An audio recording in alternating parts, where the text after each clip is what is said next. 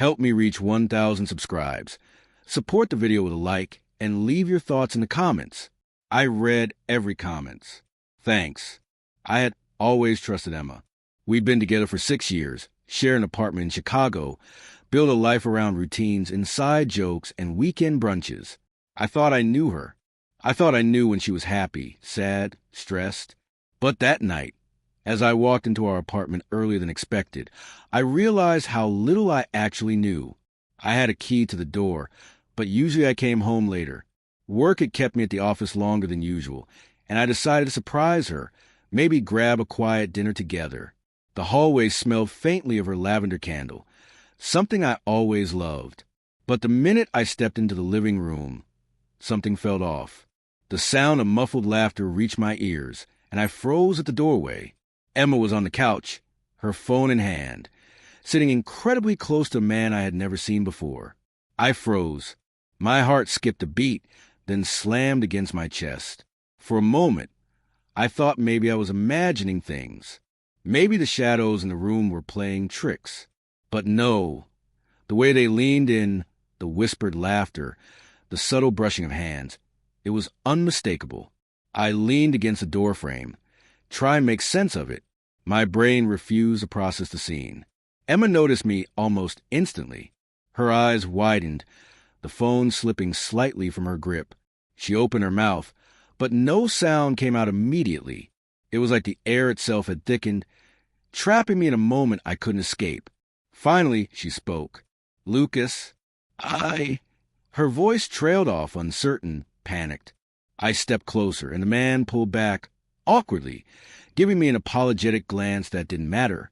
All I could focus on was Emma, the woman I loved, the one I trusted, sitting here like our entire history meant nothing. I took a deep breath. I had rehearsed 1,000 responses in my head, none of them adequate for the raw shock I felt. "Emma, what is this?" My voice was low, steady, almost calm, though my hands trembled slightly at my sides. I wasn't sure if it was anger or fear, maybe both, but I needed clarity. She shook her head, tears suddenly forming. "Lucas, I didn't mean for you to find out like this." Her words were quick, desperate, as if saying them fast could erase the truth. I stared at her. The silence in the room became a weight pressing against my chest. The man still stood awkwardly to the side, unsure whether to leave or stay. "I deserve the truth, Emma. All of it. Right now," I said, my voice sharper this time. She looked at me, blinking rapidly, struggling with the choice of words that would change everything. And then she yelled, louder than I expected, "I've been unhappy. I've been feeling trapped. I never told you because I didn't want to hurt you." The words hit me like a punch to the stomach. Unhappy? Trapped? We'd shared dreams, trips, late-night talks. How could she feel trapped without me noticing? I wanted to yell, to demand answers, but my body refused. I simply stood there, frozen, listening as she continued. I thought you'd leave quietly if you ever caught me. I thought maybe I could just keep pretending things were fine until it wasn't." Her voice cracked, and for a brief second, I saw the Emma I knew. Not the one betraying me, but the one confused, scared, desperate for some way to fix herself without hurting me. The man finally left, muttering a quiet apology. I didn't watch him go. My attention was entirely on her. The apartment felt smaller, suffocating. The lavender candle still burned, but the scent was meaningless now. Everything familiar had become foreign. "I can't do this anymore, Lucas," she whispered. I've tried to be happy with you, but..." Her words hung in the air, unfinished, suffocating. My mind raced. Part of me wanted to scream, to throw something, to break something. But another part, the part that had loved her through years of ups and downs, simply wanted to understand, to grasp any shred of reasoning that could make sense of betrayal. I walked toward the window, staring out the city lights. Chicago sparkled like it always did, oblivious to the storm inside my apartment. I could feel the anger building, hot and sharp, but there was something else underneath it, a quiet, aching pain, like the slow burning of a candle melting inside my chest. Emma sat down on the couch, her head in her hands, shaking slightly.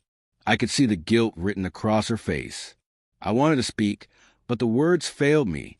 I swallowed hard, trying to steady myself, trying to decide if this was the end or the beginning of something else entirely. Finally, I turned to her. My voice was steady, low, but every word carried the weight of 6 years of trust, love, and now betrayal. Emma, I don't know if we can fix this. I don't even know if I want to. Her tears fell faster now. I didn't mean to hurt you. I thought if you caught me, maybe you'd leave quietly, and I could feel like I had control over this. I shook my head slowly. Control? You think lying, sneaking, hiding, that's control? That's betrayal. She looked up at me, eyes wide, desperate. Please, don't leave. I didn't respond. I didn't have an answer yet. I needed to process this, to decide what my next move would be. The apartment felt colder than ever, the candlelight flickering like our shared memories, now tainted. I could feel the night stretching ahead, heavy with uncertainty, each second thick with tension. And in that moment, I realized something terrifying. This wasn't just about catching her. It was about everything we had built together, trust, love, intimacy, crumbling in seconds. I could either walk away silently, as she expected, or confront the truth in a way that would change both our lives forever. I didn't know which path I would take yet, but one thing was certain. Nothing would ever be the same. I didn't move immediately. I just stood there, the weight of Emma's confession pressing down on me like a physical force. My hands shook slightly, not from fear, but from a fury and betrayal simmering beneath the surface. I had loved her with everything I had, trusted her without question, and now it all felt like a lie. Emma kept looking at me, pleading silently with her eyes. Lucas, please don't leave. But I could no longer hear her words the way I had before. They were noise, drowned out by the pounding of my own heart and the clarity that had begun to settle inside me. I sat down across from her, keeping my distance. My voice was calm, deliberately so, each word measured. Emma, 6 years. 6 years of my life, my trust, my loyalty, and this is how it ends.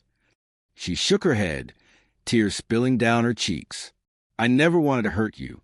I held up a hand, stopping her mid-sentence. No, enough. It's not about intentions anymore. It's about reality. You made your choice, and now you have to face it. Her eyes widened, fear finally breaking through the guilt. Lucas, I can fix this. I can make it right. Please. I laughed quietly, bitterly, shaking my head. Fix it? You think apologizing after hiding, after betraying everything, makes it right? You've already crossed a line that can't be uncrossed. She flinched, as if my words physically struck her. I could see the panic in her face, the desperation clawing at her. And in that moment, I realized she had assumed I'd leave quietly, no confrontation, no reckoning. But I wasn't a man who would vanish silently into the night. Not after this. Not after everything. I stood, slowly, deliberately. I need space. I need clarity. And I think we need to end this. No, she cried. Her voice cracked, raw and pleading. Please don't do this. I love you. I paused. I stared at her, searching for the truth in her eyes. Was there love there? Or was it guilt masquerading as emotion? I wanted to believe her. I wanted to find a way back to the Emma I had loved. But the truth was glaringly clear. Love alone couldn't erase betrayal, couldn't restore trust destroyed in a single night. You don't get it, I said softly. This isn't about love anymore. It's about trust. You broke it, Emma. And once broken, it doesn't just mend. She sobbed, head in her hands, shaking. I didn't mean for this. I wanted control over my life. I didn't think you'd find out. I thought I could manage it. Manage it? I echoed, voice rising slightly, control fury now mixing with heartbreak. You think hiding an entire life from me, lying, sneaking behind my back, that's managing? That's betrayal. That's manipulation. That's everything I can't forgive. Her sobs filled the apartment, raw and piercing. But I realized I didn't feel the anger I expected. It was there, yes, but it was tangled with something far deeper, clarity. Years of confusion, uncertainty, and doubt suddenly aligned. The illusions, the pretenses, the lies, all stripped away in a single moment. I took a deep breath and continued, I am done pretending. I am done trying to salvage something that's already gone. I am done letting you decide the terms of our life, while hiding truths that should have been shared long ago. Emma looked up at me, eyes wide with fear and shock. Lucas, don't do this. We can fix it. Please. I shook my head slowly. No, there's nothing to fix. The love we had, it's dead. The trust we had, it's gone. And I refuse to spend another second pretending otherwise. The apartment fell silent. The faint hum of the city outside felt distant, almost irrelevant.